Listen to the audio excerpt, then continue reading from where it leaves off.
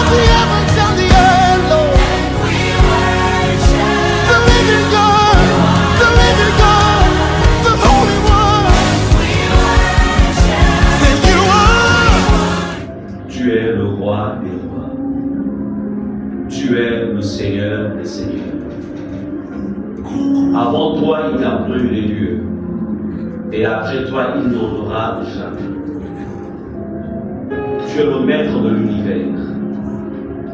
Toute créature, Seigneur, devant toi, s'incline et s'écrie gloire. Seigneur, ce matin, nous te bénissons. Parce que tu es celui qui récolte, Seigneur, les paroles de nos bouches comme des sacrifices, comme une offrande de bonne odeur, un parfum qui s'élève jusqu'à toi, jusqu'à ton trône ce matin. Béni, béni soit ton nom. Béni soit ton nom. Au nom de Jésus. Amen. Amen.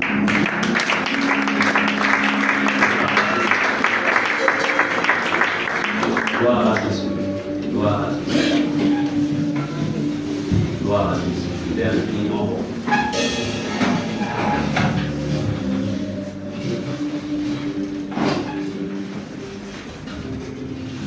Il y a quelqu'un qui, le Saint-Esprit, ce matin, cesse de regarder en arrière. Cesse de regarder en arrière. Ce matin, le Seigneur te dit, les choses anciennes sont passées. Ne vis pas, cesse de vivre sur les souvenirs, mais vis dans le présent divin. Ta vie, ton avenir, tout est entre ses mains. Amen. Amen.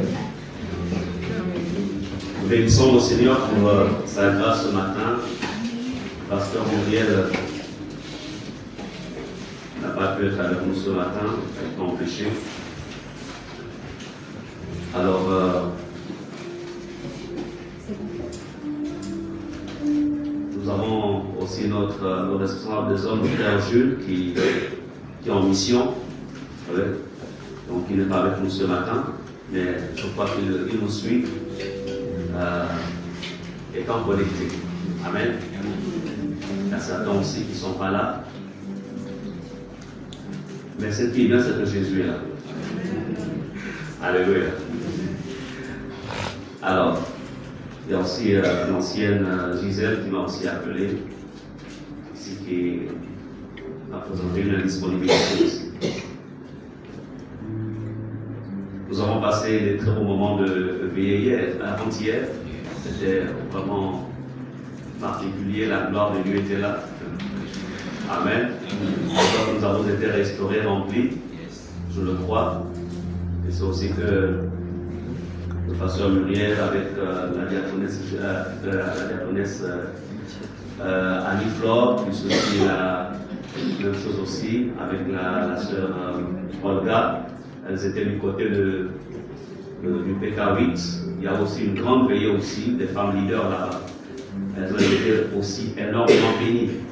Amen. Amen. Gloire à Dieu. Bien-aimés, ce matin, le message que je vais échanger avec vous, ça va être certainement du moins par rapport à ces moments-ci, ça va être la dernière partie du message sur qui peut être sauvé, parce que là nous entrons dans le mois de décembre, nous sommes le mois de décembre, c'est le mois où nous préparons en fait notre entrée pour l'année 2025. Amen. Et comme nous le savons, chaque année doit être préparée. Ça va être un nouveau voyage et on ne voyage jamais parce que pour nous, 2025 va être en fait une forme d'inconnu. On ne sait pas ce qu'on va trouver en chemin, mais ce qui est, c'est qu'avec Dieu, il nous rassure. C'est pourquoi on doit préparer cela. Amen. On prépare toujours. Mais aujourd'hui, je vais traiter en fait avec vous, le Seigneur me l'a vraiment mis à cœur. Pour votre édification. Ce message que je vais enseigner aujourd'hui s'adresse à ceux qui sont mariés, s'adresse à ceux qui ne sont pas mariés, s'adresse aussi à la jeunesse, parce que le jeune d'aujourd'hui est l'adulte de demain. Amen. On ne reste pas toujours jeune. On ne reste pas toujours enfant. C'est pourquoi lorsque les enfants sont outillés, ont la connaissance qu'il faut, lorsqu'ils arrivent à l'âge indiqué, en fait, ils sauront comment esquiver les pièges. Mais un enfant qui n'a pas l'instruction, lorsqu'il va être confronté à certaines réalités de la société, il sera désarmé. Il sera désarmé. Je dis à ma fille, ma fille, tous les hommes sans Jésus sont des prédateurs. Tous les hommes sans Jésus sont des prédateurs. Et toi, tu es une femme, tu es un gibier. Donc, c'était pour l'avertir, pour lui dire que tu dois faire attention, tu es en train de grandir. Tu es bien une femme.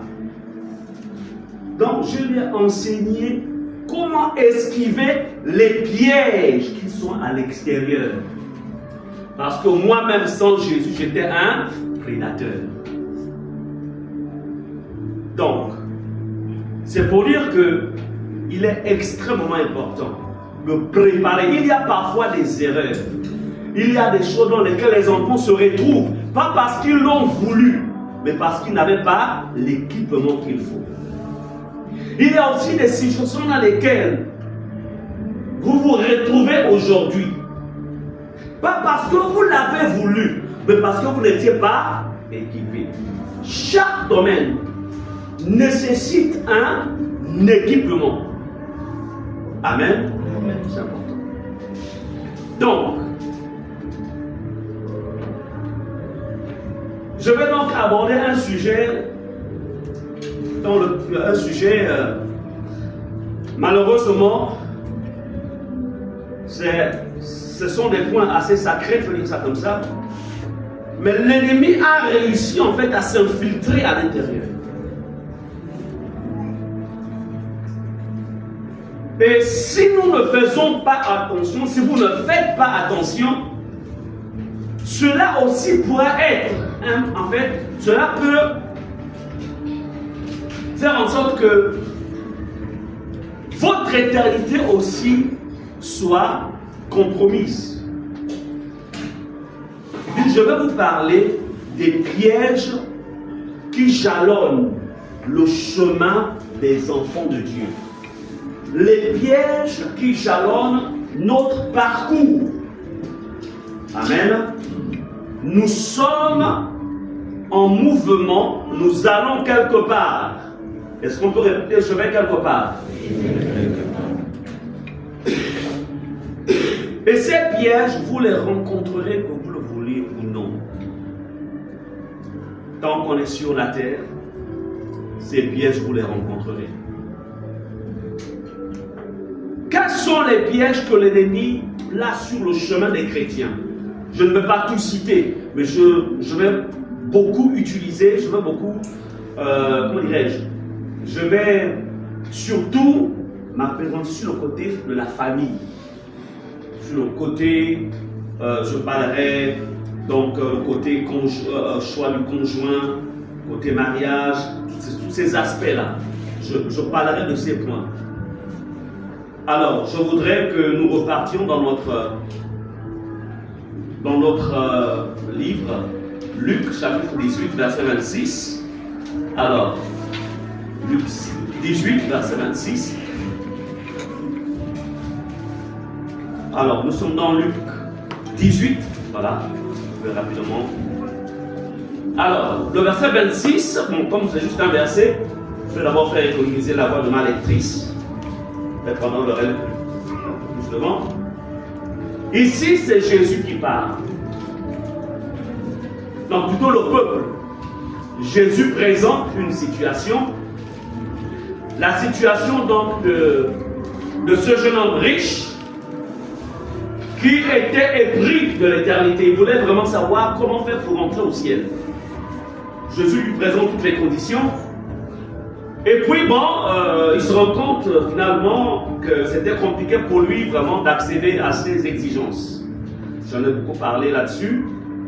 Vous allez dans la chaîne YouTube Rema Ifata ou Facebook Rema Ifata, vous aurez ces messages. Et le verset 26, la Bible nous dit, ceux qui l'écoutaient dire, et qui peut être sauvé? Alors, aujourd'hui, allons-y, on va donc évoluer. Donc, si le peuple se pose la question, mais face à toutes ces exigences, qui peut être sauvé? Ça a été l'objet de notre travail pendant la veillée. Mais nous allons évoluer dans 1 Corinthiens 7, verset 1. 1 Corinthiens 7, verset 1. S'il y a quelqu'un qui a son portable allumé, qu'il a été servi de l'éteindre. Et la sécurité veille beaucoup là-dessus. 1 Corinthiens 7, verset 1. 1 Corinthiens 7, verset 1. Pour ce qui concerne les choses dont vous m'avez écrit, je pense qu'il est bon pour l'homme de ne point toucher de femme. C'est la première partie ici qui nous intéresse, c'est que de ce verset, pour ce qui concerne les choses que vous m'avez écrites. Ici, nous comprenons qu'il y avait des sujets qui préoccupaient, en fait, les chrétiens de Corinthe. Comme aussi, en ce qui vous concerne, il y a des sujets qui vous concernent, qui vous préoccupent certainement. Qu'on soit jeune, qu'on soit adulte, qu'on soit senior, il y a des sujets. Alors,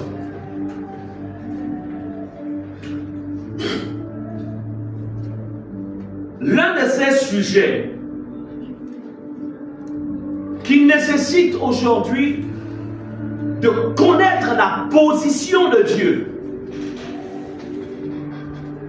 N'oubliez jamais qu'on ne réinvente pas la roue. N'oubliez jamais que ce monde appartient à Dieu. Satan, il est prince de ce monde, mais il n'est pas créateur de ce monde. Il n'est pas Dieu de l'univers, il est prince, c'est-à-dire que une position qu'il a usurpée, mais il n'est pas le créateur. Même l'homme le plus sage de la terre ne possède pas, n'est pas le propriétaire de ce monde. Je peux vous dire une chose aujourd'hui. L'ivresse s'est introduite dans le camp de Dieu. C'est pourquoi je rends grâce à Dieu pour les chantres qui sont en train de revenir, de ramener les cantiques même des années 80-90, parce que même dans le chant,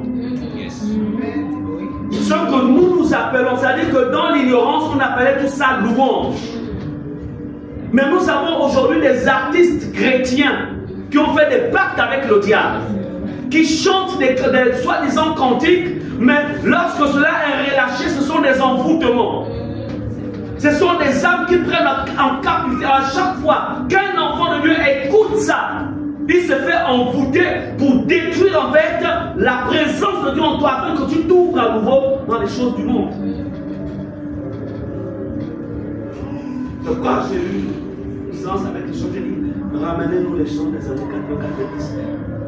Parce qu'en vérité, la louange appartient. La louange est adressée à qui? À Dieu. La louange n'est pas là pour en fait nous faire dormir. Non. Ça s'adresse à Dieu. C'est pourquoi, lorsque vous écoutez aujourd'hui, c'est vrai, ce n'est pas mon message, mais j'en profite. Quand vous écoutez certains cantiques, en fait, cantiques même, vous vous rendez compte que tous, en fait, tout se tourne vers l'homme. Tout vers l'homme, les besoins de l'homme. C'est que Jésus, en fait, il n'y a rien. Jésus n'est pas exalté à l'intérieur.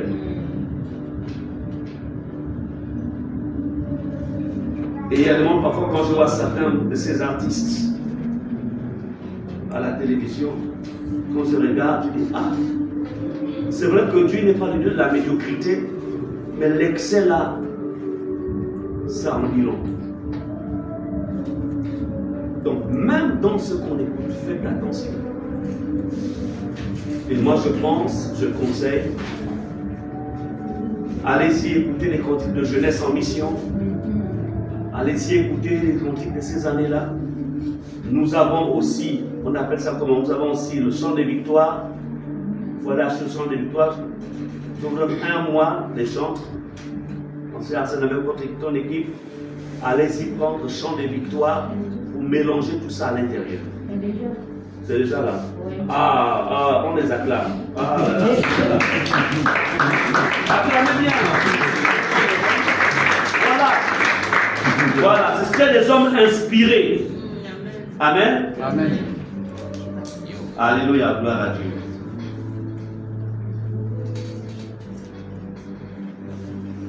Maintenant, ce que vous allez faire, vous allez aussi nous enseigner.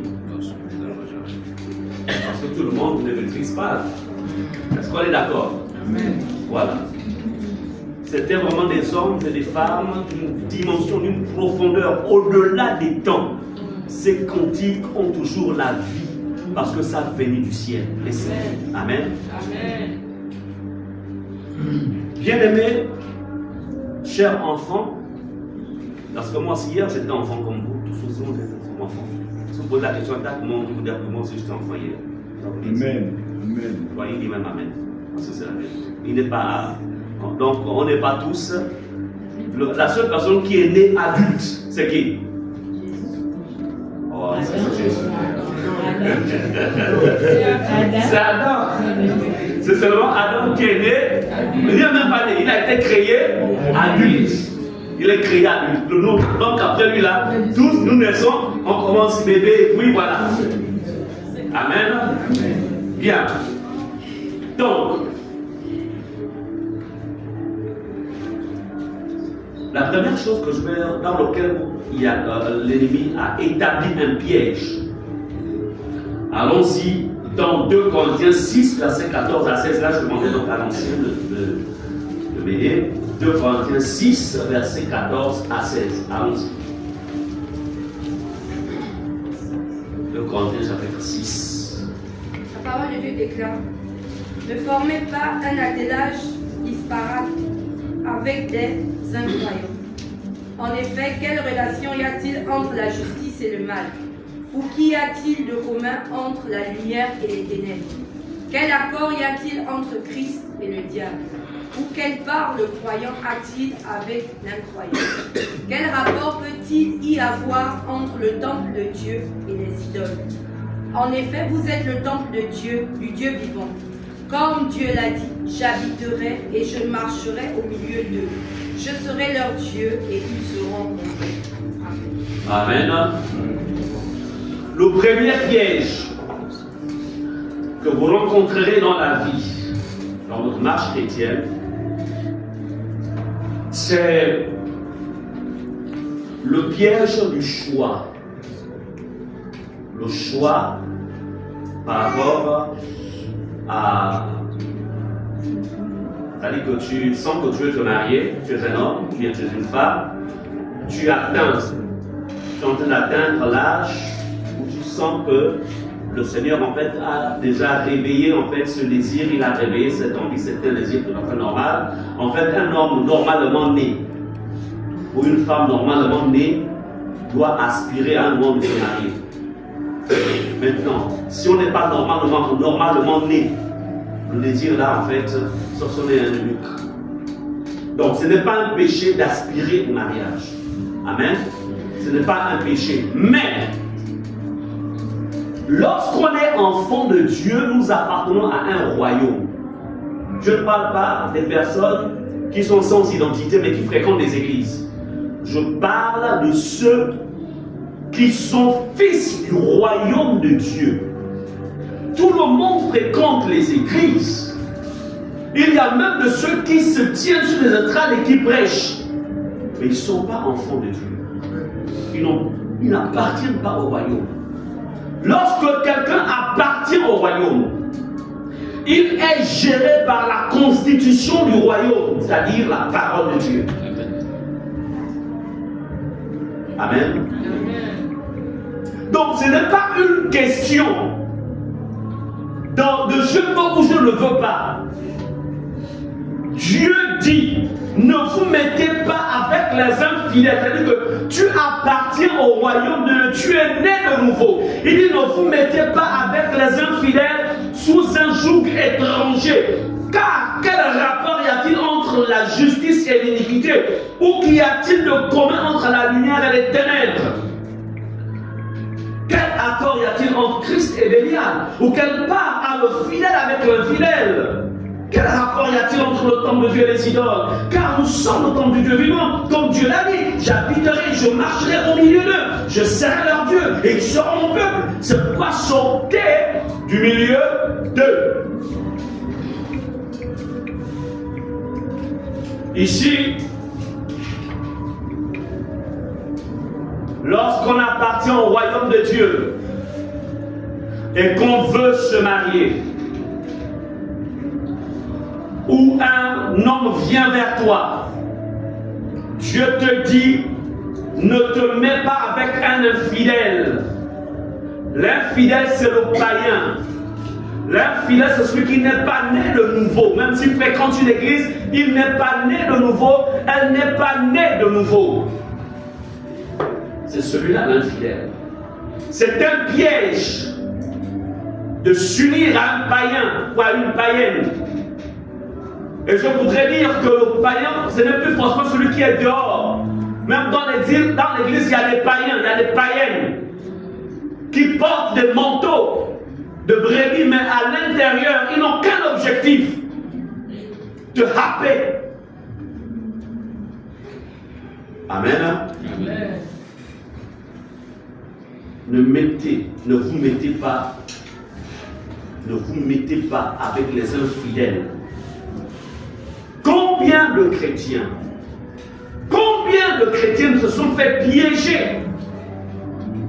Combien aujourd'hui sont sur la route de l'enfer?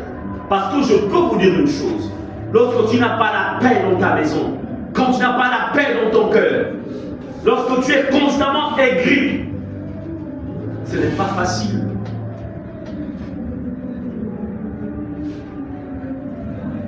La Bible dit, ne vous mettez pas avec les infidèles sous un joug étranger. Même s'il est mignon, même s'il est beau, il a beaucoup d'argent, même s'il t'éduque, même s'il a un bon caractère, il a une bonne éducation, mais il reste un cochon. C'est-à-dire qu'il est appelé à vivre dans la boue. Sa demeure, c'est la boue du monde, la boue du péché.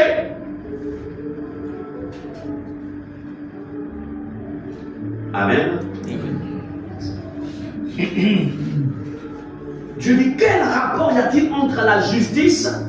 Dieu t'appelle toi justice.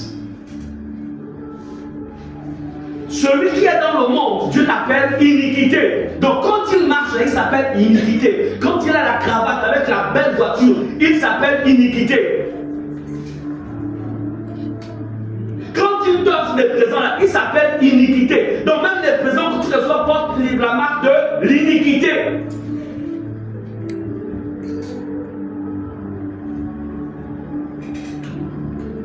Qu'y a-t-il de commun entre la lumière et les ténèbres? Dieu t'appelle toi lumière, mais Dieu l'appelle ténèbres. Dieu l'appelle ténèbres. Toi, tu vois seulement le corps physique. Tu vois tu es seulement attiré par la matière. Mais ce n'est pas la matière qui crée, qui donne la vie. c'est ce qui est à l'intérieur.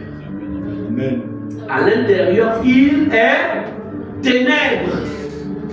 À l'extérieur, il paraît être un être humain. Mais à l'intérieur, il est ténèbres. Toi, à l'intérieur, tu es lumière.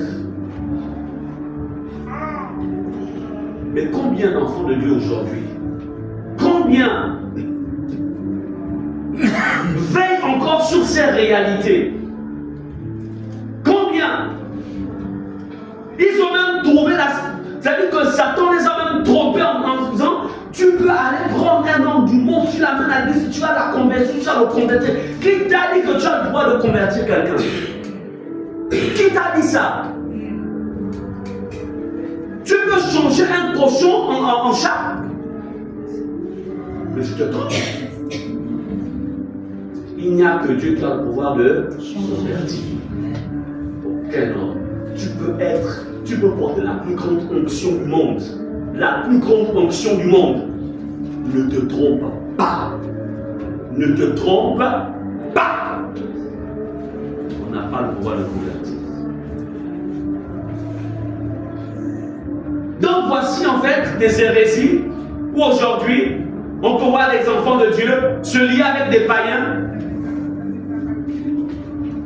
On peut les voir. On voit aussi des païens se lier avec des païens.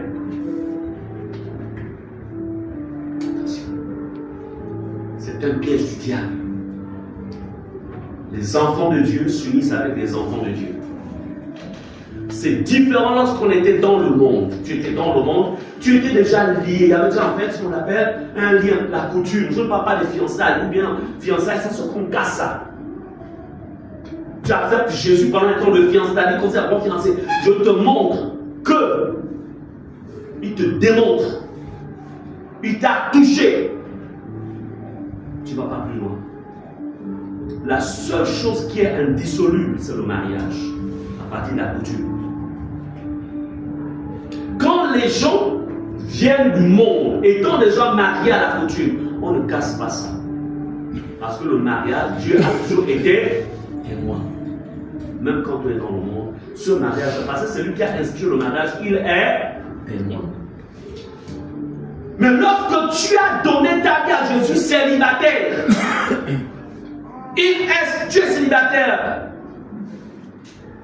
et tu vas aller prendre une femme du monde, tu es dans le péché. Tu es en train de rentrer dans un lien de piège. Ou tu vois un frère ici à l'église, une sœur à l'église. Bien aimé, c'est compliqué. Je suivis, il y a une émission là qui se passe à LMTV, l'émission des Points d'accord. Non, c'est compliqué. Je suivis récemment un homme battu par sa femme. Le frère là, je prends juste une parenthèse. Fidèle, servant le Seigneur, humble comme Ersan, calme. Aimant le Seigneur plus que tout.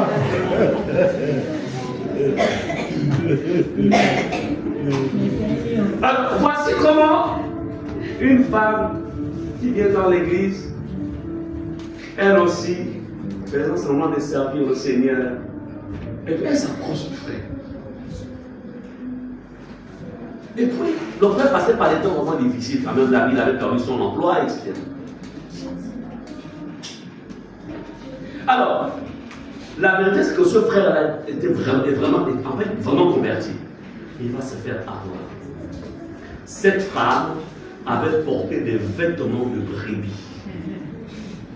Elle va s'approcher vers le frère. Elle va inviter le frère chez elle. Elle va lui donner à manger. Elle va même lui faire ce qu'on appelle, comment ça s'appelle, des dépôts là, voilà, un certain montant. Et ça va finir par le mariage. Je ne parle de plus commentaire. 3 mois, les 3 premiers mois, ils étaient sur les nuages au ciel. à partir du 4e mois, la sœur a enlevé l'image de l'ouvertement de bébé, sa vraie nature, le bouc au féminin, s'est manifesté. Elle a commencé.